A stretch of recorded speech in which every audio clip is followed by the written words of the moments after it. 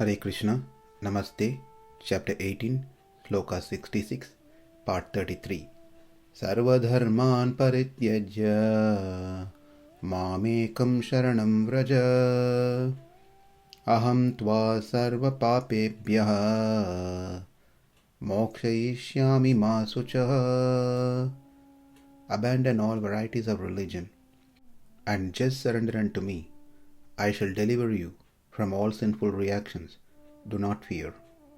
Our life is full of uncertainty, but there's one thing that is certain, guaranteed for everyone, and also, irrespective of who we are, it is common. I'm sure you guessed it right. Yes, that is death, which is inevitable. It is very true that many things in our life are very uncertain.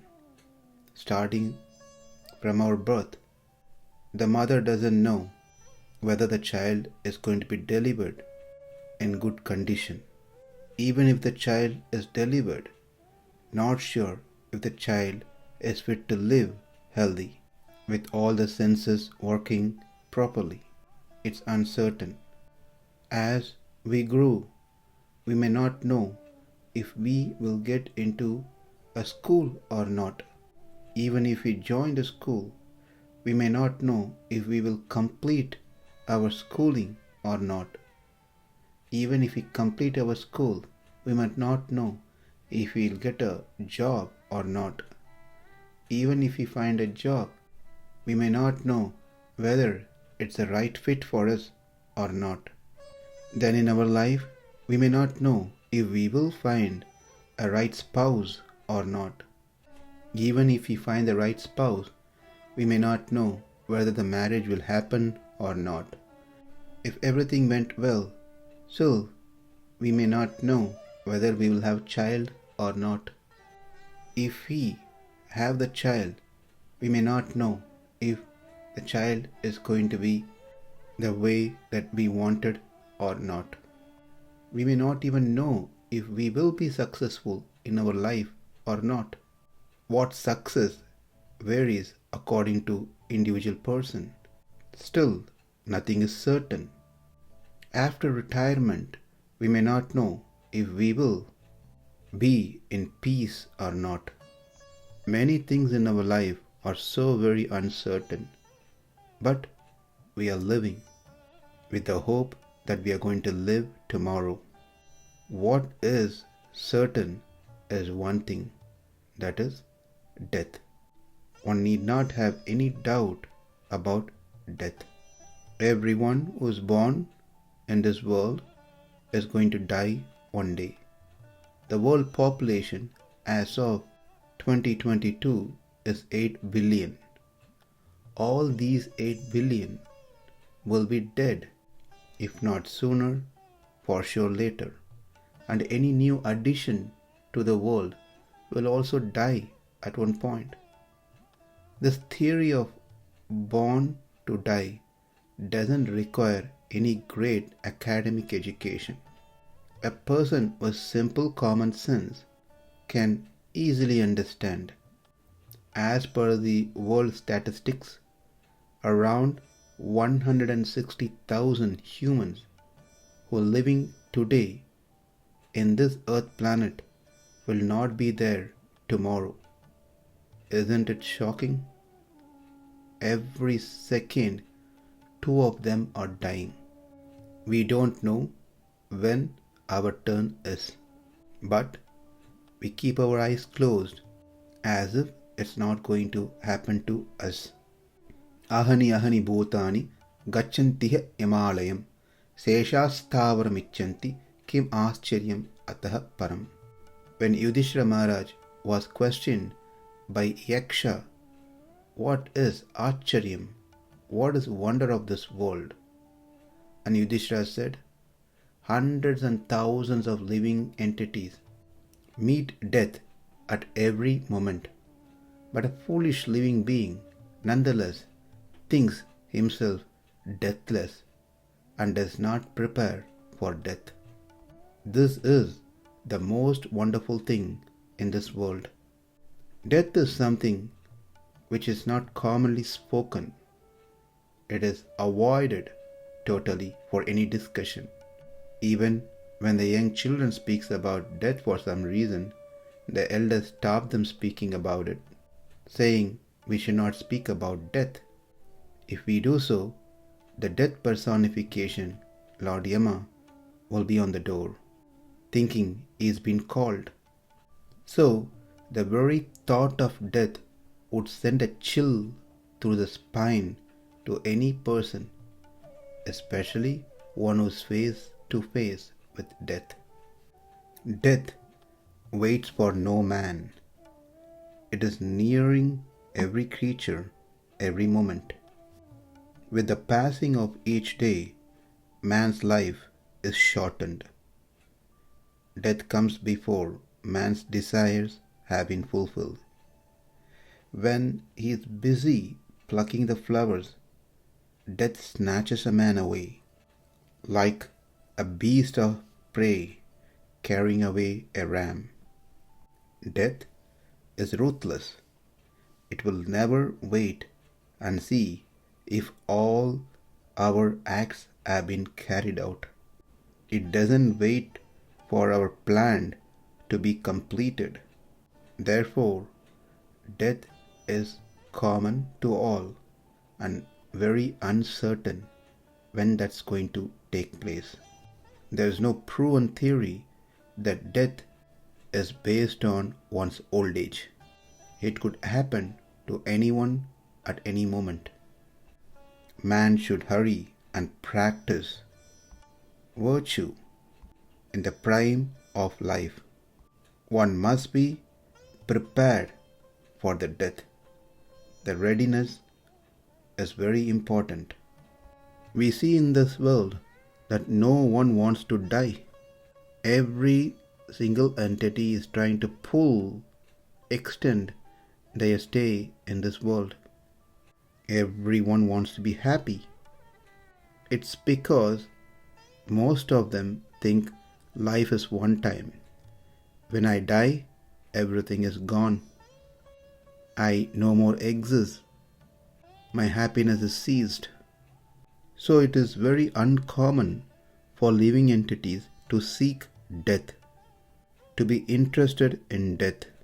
Interestingly, while many in the world is afraid of death, there are some who are welcoming the death and some who would like to live and not die, not because of the fear of losing their existence or their happiness, but for some other reason. We have heard, or maybe we have seen, people embrace death voluntarily. Of course, for different reasons. One who is depressed in life, one who is frustrated, financial breakdown, family problem, being betrayed by trusted one, love failure, cause of drug, some mental alteration, unspoken miseries, various reasons one decides to kill oneself. They think dying is better than living. Their idea is that by ending their life, they're ending their problems.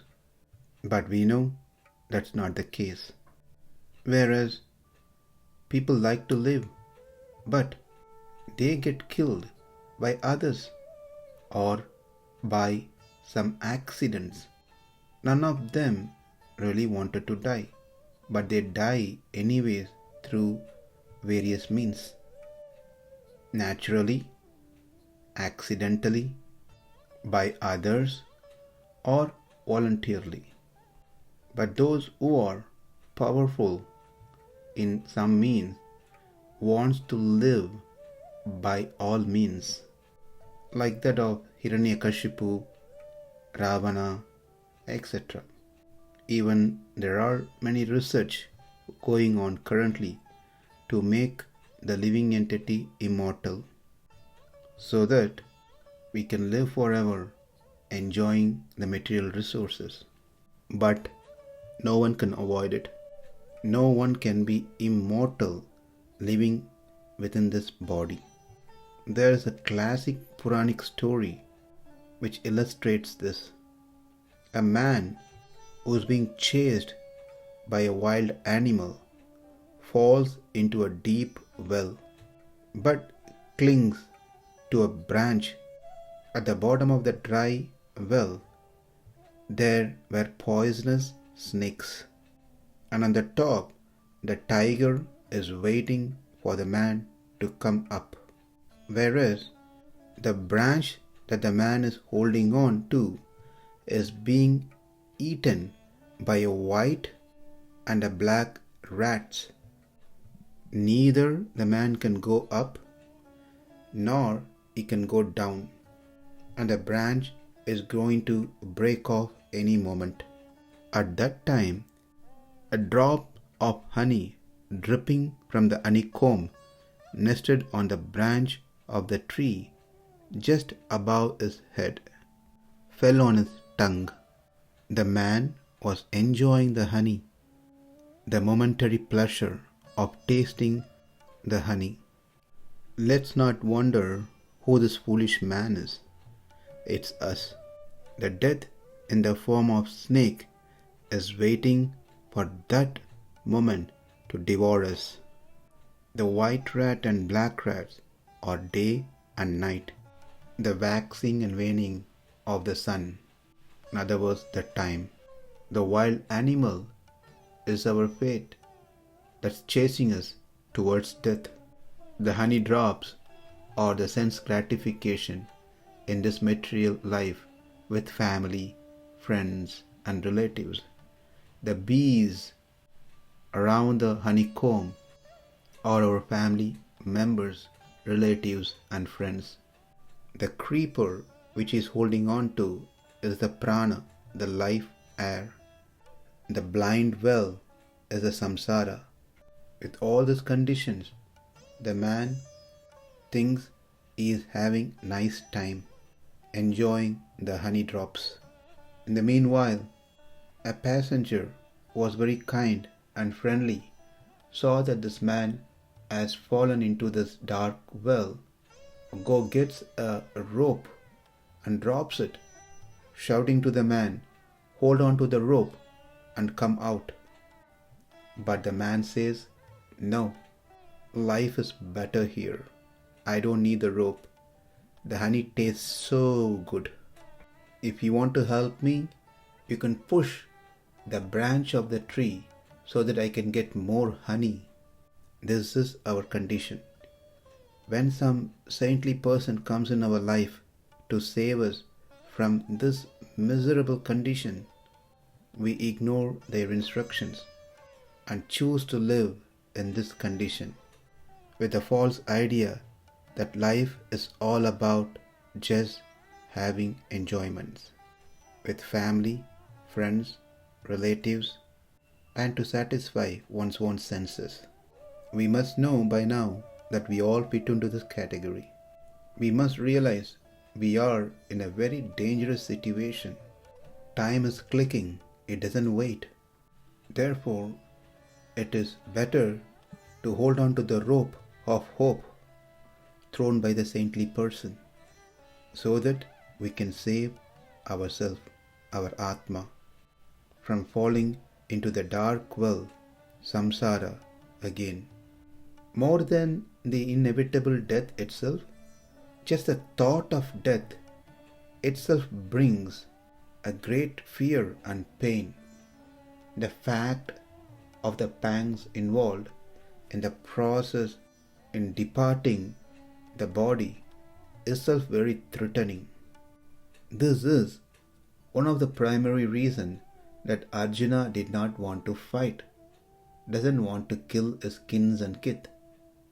Krishna spends time elaborating about Atma as the very first lesson to Arjuna in the beginning of Bhagavad Gita. How much ever we try to save our life, our body, we will not be successful. Even many rich people couldn't save themselves with their wealth Even doctors, scientists couldn't save themselves. Even they were taught that death is for sure. Only we can postpone for some time with some means, but we cannot stop death.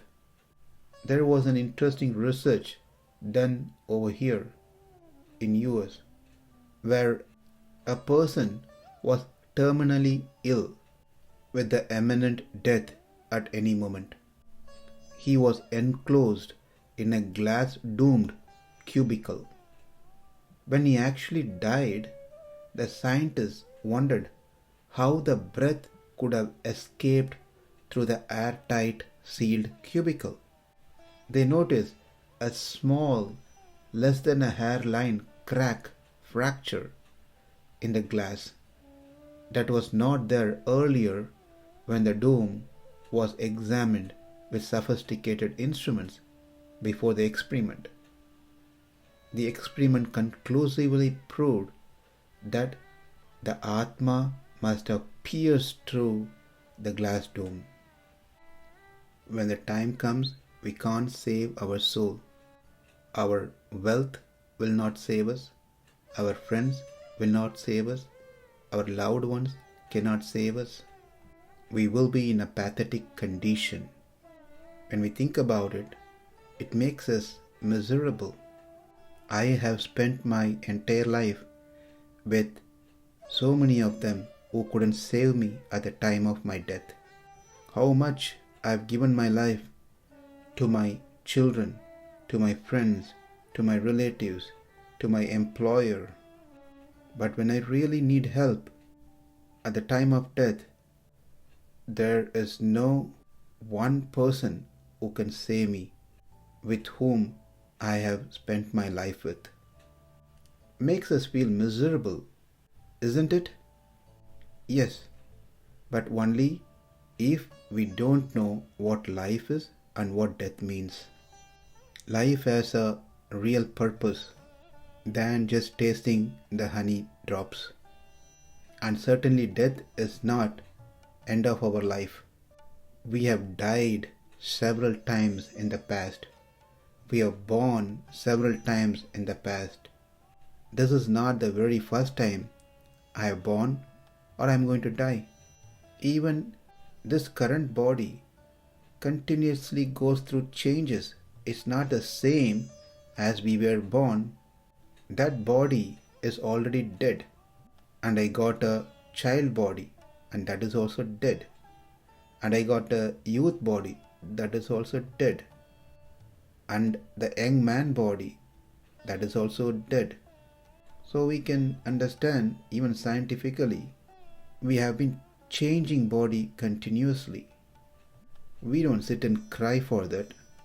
But when we have to leave this body for good, that thought makes one cry. We want to live for enjoyment.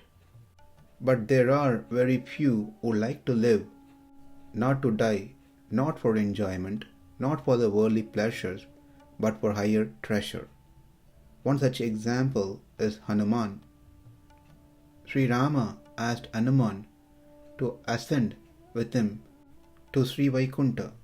Hanuman gently declined the offer, saying that the relationship he had acquired with Sri Rama on earth would be unavailable in Sri Vaikunta, and therefore preferred to live here on earth.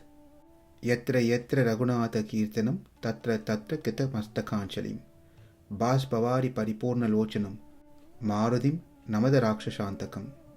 Wherever the glories of Rama is sung, Hanuman is present there with tears flowing out of love. Some of you may be wondering, why are we talking about death here? It's because as a surrendered soul, one must not be fearful about death. Therefore, we need to know more about death so we can prepare ourselves and not be surprised. In our next session, we will see what happens at the time of death and what are the mode of exit of Atma from this body. Thank you. Hare Krishna.